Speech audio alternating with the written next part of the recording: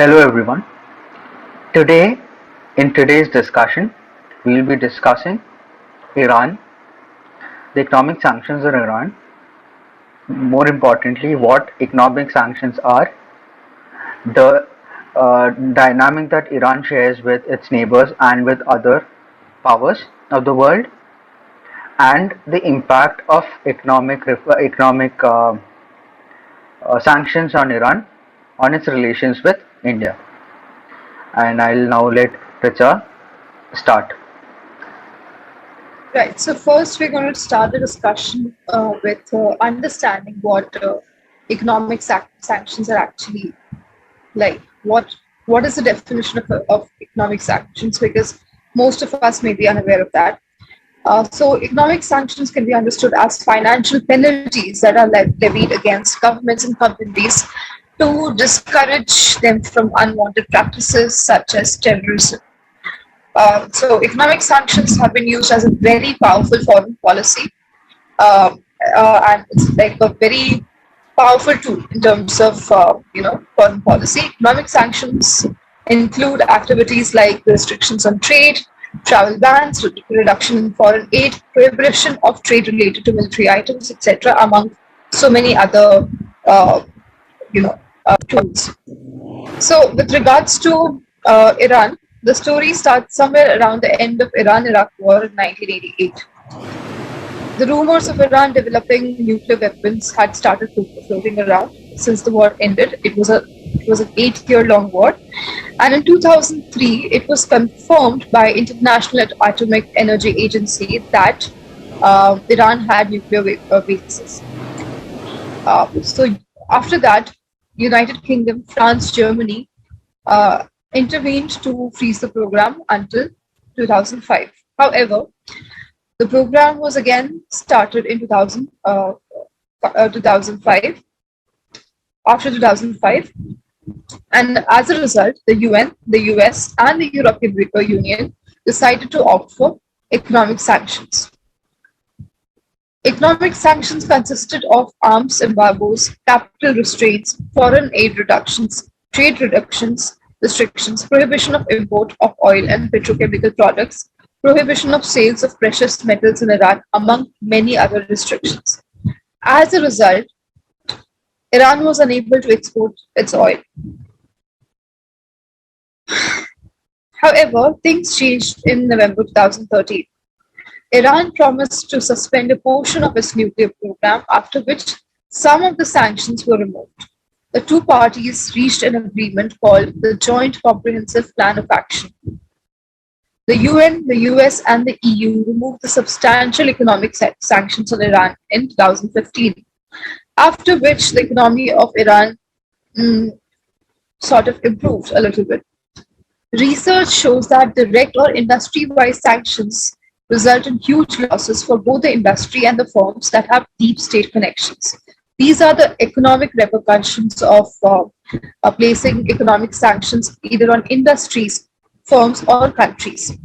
Removals of sanctions, of course, lead to a huge amount of recovery in terms of profits, but deep state firms, that is, firms that are involved with the government or with government officials, they find it more difficult to recover. In short, economic sanctions are a powerful tool that can cause long-term negative consequence for the targeted firms or countries, and it has long-term consequence for their profitability as well. In 2018, the US reimposed sanctions, including the one restricting trade of oil. Some analysts say that this will give the whole world a greater leverage against Iran to argue against the nuclear program. And of course, there are accusations and floating around that Iran actually didn't comply very well to the terms of to the terms that entailed them not creating a nuclear base or them not having a nuclear weapon. So after the sanctions were reimposed, Iranian trade has been on downward trend. This is according to IMF data, and it has been a sharp downward, dramatic downward trend. in the years 2019, 2020, 2021, and inflation has also increased significantly. Now, I would briefly like to mention the reasons for which Iran has been under scanner, and it is more than one. Because if we just Google the issue and if we look at the articles by international media, what international media houses have to say about this issue, I find it to be partisan towards Iran and against the US. So I want to briefly mention the stance of Iran and why does it have so much importance in terms of international politics. So reasons for US to impose economic sanctions against Iran are thus. US state websites designates Iran as a state sponsor for terrorism since 1984 and well into 2019. Uh, it has been noted as the single government that funds terrorist activities. Iran's hostility against Israel is well known, very apparent, because Israel is a Jewish nation, and the Islamic Republic of Iran was to was its eternal enmity towards the Jewish nation. Iran, being Sunni populated, also has conflict with the Shia Islamic world that is led by Saudi Arabia. So these points I would like to conclude with these points, and I hope that this topic has been made clearer by these insights. Over to Abhijit.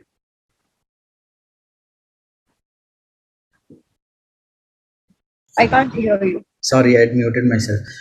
So as I was saying, thank you so much, Richa. That was very insightful. Yeah, so adding to what Richa mentioned about how the economic sanctions on Iran, what they were, um, what was the or what resulted in the economic sanctions. One very important or interesting thing to note is that the economic sanctions or the enmity between Iran and Israel started somewhere in the 1980s or after the Iranian Revolution of 1979. What is interesting to note is that before 1979, Israel actually was helping Iran with its missile program against the Gulf kingdoms of the Persian Gulf. So, had the Islamic Revolution not taken place, Iran would have Israel supplied nuclear missiles in the 1980s that could strike deep inside the Persian countries. And now Iran is its primary rival. Now, the growth of Iran has worried both Israel and the Gulf countries equally, especially after 1979. Although the Obama administration of 2015 was successful in getting Iran to sign the historic JPEC deal, as you mentioned, neither Israel nor the Gulf countries were completely on board with the deal. Why was this? This was because for Israel, it wasn't just the final objective of Israel was not only to ensure that Iran would not become a nuclear weapon state, but also to ensure that its growth, its economic growth in the region was curtailed.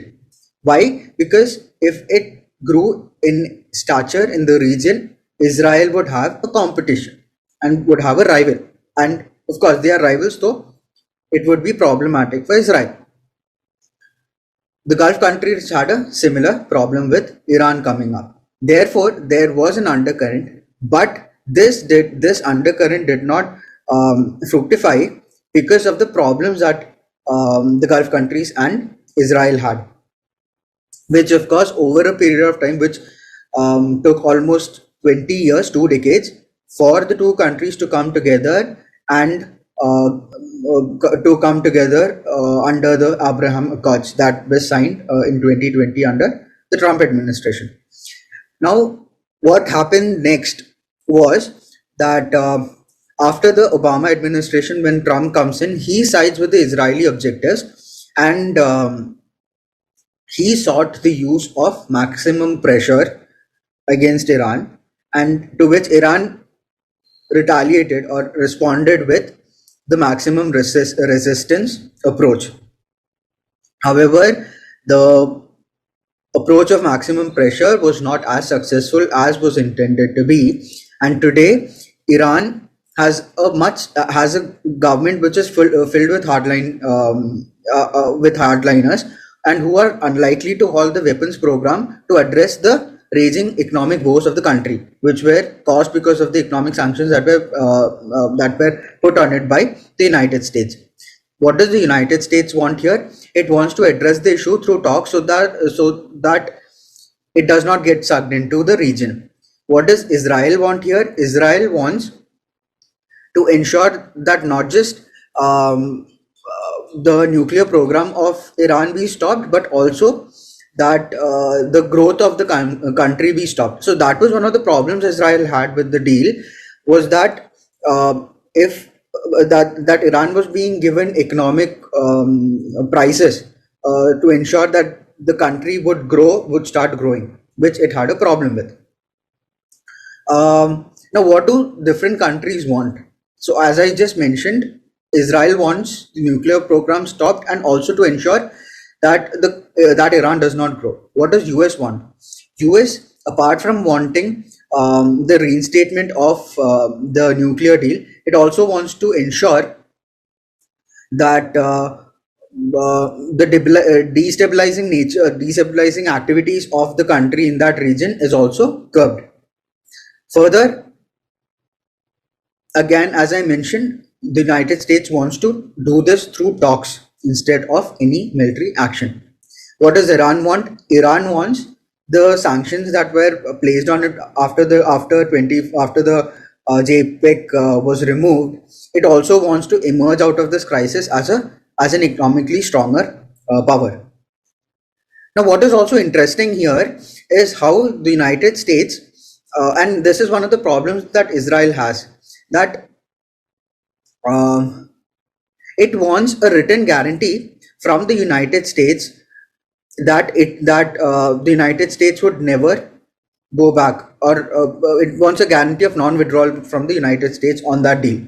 Also, it is interesting that the Biden administration has not revoked the decision of the Trump administration to remove the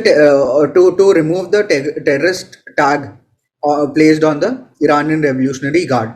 Now, this is interesting because, as this has been mentioned by various political analysts and international relations specialists, that this is a classic example of neo-realism at play. Why? Because now, what is neo-realism in international relations? It says that it isn't just the individual gains of a particular nation that pushes a particular country to take certain decisions and go in a particular direction. It is also the structure of the international system it plays in which that country is, that forces it to take certain decisions. And this is an excellent example where even if there is a change in administration and the incoming administration might have polarly opposite views from what the previous administration had, it still cannot take such a drastically different position. Now, I'd also like to speak on the impact of all of this on India. Now, what if, before we get to that, we'll also need to speak on the significance of Iran for India. Now, what are the significant? For that, we'll have to discuss the trajectories of the two countries. India, initially in the Cold War period, was non-aligned, whereas Iran was with the United States. After Cold War, India realizes that it needs to go closer towards the United States. Iran does not, because of the Iranian Revolution, and therefore it goes away. Again, there is a divergence. Now, what are the similarities? Even though there is a divergence, there is a similarity, especially in terms of the nuclear path that the two countries took. Now, what was this? Here, India took a decision. India decision that we all know of was of a clear and decisive nuclear policy, where we went ahead with two historical nuclear tests, whereas Iran had a more secretive approach, but it also fundamentally chose the path that India had chosen of gaining nuclear potential to ensure greater national security. And therefore, India and Iran saw an opportunity to align with each other to balance the disproportionate concentration of power at the opposite pole. Further, India and Iran have also aligned on the threat the two countries face from terrorism emanating from Pakistan and Afghanistan. Therefore, the two countries, along with Afghanistan, came together to cooperate in building Afghanistan and to ensure that terrorism could be curbed. There was another point of confluence between the two countries, wherein Iran could be a gateway to the Central Asian Republic countries and to Russia for India's energy supply needs and for trade. Now, what are the issues between the two countries? Especially because of the economic sanctions that we just talked about, that Richard mentioned. The issues are, first of all, it is associated with the energy needs of India. There was a point in time when India was the second largest importer of oil from Iran, and Iran was the second largest supplier to India. Now, India is the seventh largest supplier to India, which has been left behind even by the United States. When the United States had imposed sanctions, India first was reluctant, which shows the significance the country had for Iran. But it slowly had to change its position and had to give away to the economic sanctions. This again can be explained by the neorealism, where nations are forced to take decisions not only based on their self-interest but also based on the structure of the system, and that ends. India had to succumb to the structure of the international system, where United States is a superpower. Now, exorbitant economic sanctions on the West Asian nation further pushed it towards the Russia-China axis that India has a huge problem with, that India has been wary of. The result of the same has been observed recently with respect to what happened at the Chabahar port. With what happened with the Chabahar port, the two countries have a shared cultural history, right? Our interests have also aligned, but as neorealists theorize, they have been subjects of the constraints that international structures have put on the two countries. So, yeah. Right. So thank you, Abhi, for summarizing all the things so well. Yeah. So yeah, I think we are done with this discussion for today. Thank you so much for joining us. And in case if our audience has some comments or some suggestions for us, we are always willing to listen to them. So help us out in the comment section below on YouTube. Hope to see you guys around soon. Bye. Thank you.